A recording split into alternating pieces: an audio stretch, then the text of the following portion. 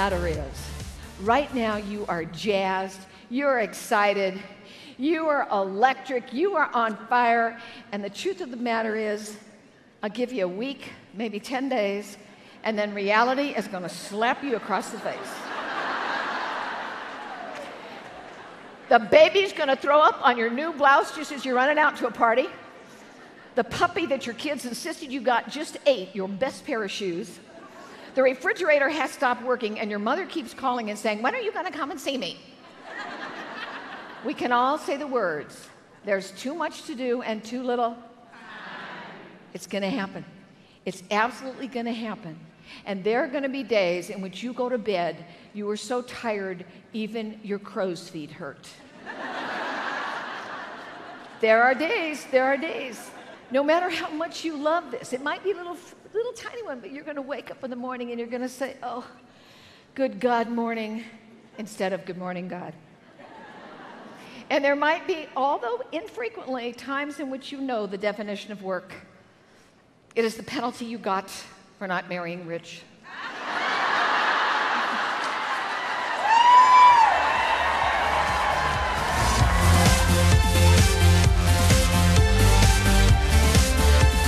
Let's talk about then this notion of radical resilience. Let me define it for you. First off, this is what it is not. How many of you remember that character? Okay. You got to be able to take a licking and keep on ticking. Well, there was that resiliency. Bozo the clown. The traditional definition of resiliency is to do what? It is to bounce back. It is to bounce back. And that's exactly what happened with that image, Bozo the clown. And those of us who remember it, you remember you would hit that thing and it would come back, hit it and you'd come back. Who wants to be hit and come back in the same position to be hit again? I do not think this is very smart. So to me, the definition of resiliency is not about bouncing back. It's this. It is to grow through.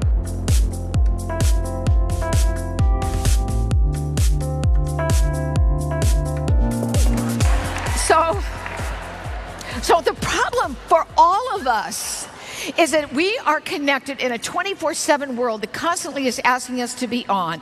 And we suffer from something called SAD, situational attention deficit disorder. Now, I hope you hear me use that pronoun, we. I do not come to you as a voice of wisdom. I come as a fellow pilgrim on this journey. And some days I think I understand this. And some days, frankly, I stink. And my husband says, Eileen, read your book. So I'm going to describe some of these symptoms of SAD that I get. And so that if I feel that I'm not alone, if you have this symptom, would you just say, oh yeah. Can you do that? Oh, yeah. All right, here's the first symptom. You walk into a room. You stand there. I came in here for a reason. How about this one? You look down at your day timer, your smartphone, your PDA, whatever you use, and it says, Susan Smith, 10 o'clock, and you're thinking, I have no clue. Now, this is one of my favorite ones that I've found myself doing, because we multitask, right? You dial the phone. While you're on the phone, you decide to do email. You got a really complicated order there. You got a problem with one of your downline. So that by the time the person over here says hello, you have no clue who you called.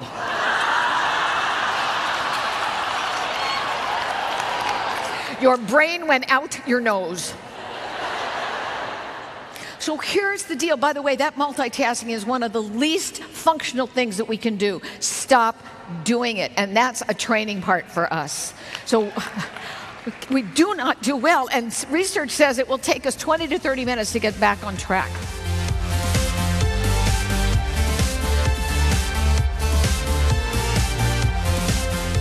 The heart is an incredible energy field. It has 300 times more energy than the brain. In fact, you can feel the energy of a heart. Have you ever noticed sometimes if you walk into a room and all of a sudden you go, uh-oh, something's going on here? I don't know what's going on, but I think I'm going out. You can sense the vibration, can you not? It's the heart. It didn't come from the head. It came from the heart. The reason I put heart up here with adaptability as the core of the word heart is the word ear, and it is listening. Your speakers today had talked to you about how do I listen? I think it takes the heart to listen. The French word for heart, coeur de lion, the heart of the lion, is also the root for the word courage. I think it takes courage to listen to the heart. Who is it you need to listen to? And I have to tell you, some of the people that I think will have ideas for us, how can we respond in a world of change that can create transformation, are people we might not want to listen to, and that's going to take courage.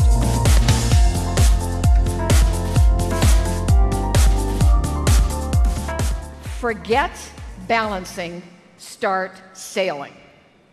Forget balancing, start sailing. And my apologies to everyone who used the word balance, because that's the word we have. But I want to tell you why I think balance is a wrong word, and it has to do with the picture that comes in our heads when we hear that word balance. See, the implication when we hear the word balance is that it's equality. Have you noticed that life ain't equal? The word is the problem. I want to give us a different picture, therefore a different metaphor, because if a picture's worth 1,000 words, a metaphor is worth 1,000 pictures. Instead of thinking about balance, I want you to think about sailing. Do I have any sailors in here? Okay, all right. How about, has anybody seen a sailboat? All right, we're good. So when I grew up, from high school on, we lived in Fort Lauderdale, Florida. One of my friends had a little one-person catboat. You could launch it from the beach in the back of the station wagon as long as you had one other person. And I want you to envision me in my little sailboat. So I've got my right hand over here on the tiller. I've got my left hand over here on the sheet. And if it's a wonderful day like you get in South Florida and the wind is coming off the Gulf Stream, my sail fills up so that I don't fall out of my boat. I got my toes tipped here under the gunnel. It's a little wooden strap. Okay, now can y'all see me in my little sailboat? All right? Do I not, theoretically, look as if I am out of balance? Yeah. You see, what allows me to go forward is I know where I'm consciously connected with the most important parts of my sailboat. If I let go, abandon it, where do I go? You got it, Shark City. So the first notion of sailing through life, when somebody says, how you doing, saying, I'm sailing, is how are you consciously connected, i.e. spending that precious thing called time with that which is most important. Now here's another part of the metaphor. When the wind shifts, what do I have to do? I got to shift. I got to come about, don't I? Does the wind shift in our lives? All the time. So then the notion here is I got to live consciously, not unconsciously. Now here's another part of the metaphor. Just as there are cycles of the tide, phases of the moon, so too are there cycles of our life. And if that is true, then no truer words were ever spoken than this too shall.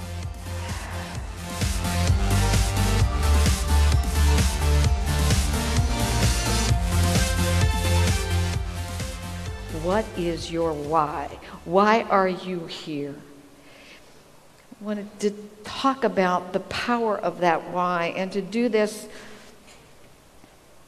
I wanted to tell you a story. This is a plane that a relative of mine flew in World War II. What makes this plane unique was the pilot. The pilot was my mother.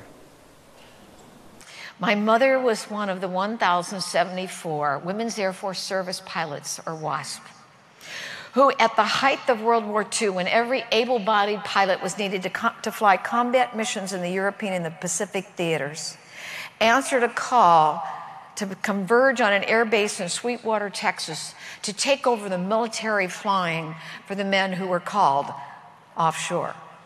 And when they were disbanded shortly before the war was over, they were literally told, thanks for your service, find your own way home. And their records were sealed. And Mom had to call my grandfather and ask him for money to take a train back to York, Pennsylvania. I thought maybe you'd like to see Mom? cute?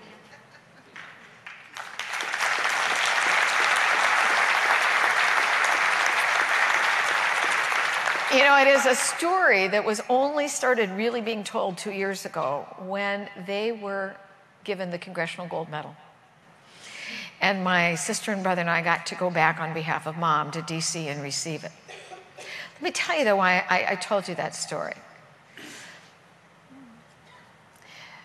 Because when they were finished, women were not allowed back in the cockpits of military planes again for 30 years. They thought that what they did didn't matter. But here's the deal. They would have done it anyway. It was not our mothers who were upset with the way they were treated. It was the kids of WASP. We call ourselves cows. I'll give you one guess who gave us that name. We were upset on behalf of our mothers. They would have done it anyway. And I realize now in retrospect, they did it because they knew what they stood for and they knew what they standed on. I would contend that they were radically resilient, but they did it because they knew why they did it. I tell you this because there are times for all of us in our lives, you're going to think that the work you do doesn't matter. You're not going to be sure that you made a difference. But if you are consistent with your why, you will. I have watched women from all branches of the service, when these WASP would get together, sit at their feet and say, thank you, because you did, I can.